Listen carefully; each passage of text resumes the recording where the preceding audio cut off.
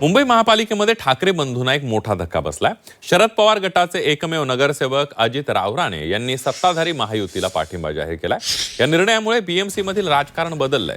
निवडणुकीमध्ये ठाकरे बंधू सोबत युती करत एकत्र लढत निवडणूक झाल्या, मात्र निवडून आलेल्या पवारांच्या एकमेव नगरसेवकानं ऐन वेळेला आपली भूमिका बदलल्यानं ठाकरेंची मोठी अडचण झाली आहे। दरम्यान प्रभागातील विकासाकरता आपण महायुती सोबत जात असल्याचं रावराणे यांनी सांगितलं।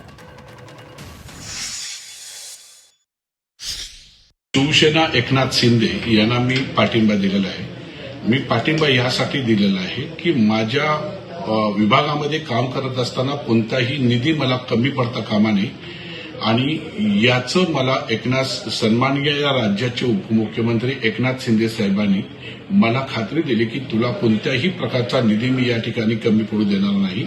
आणि म्हणून मी पुन्हा एकदा आपल्या माध्यमाने सांगतो की मी शिवसेनेला पाठिंबा दिलेला आहे।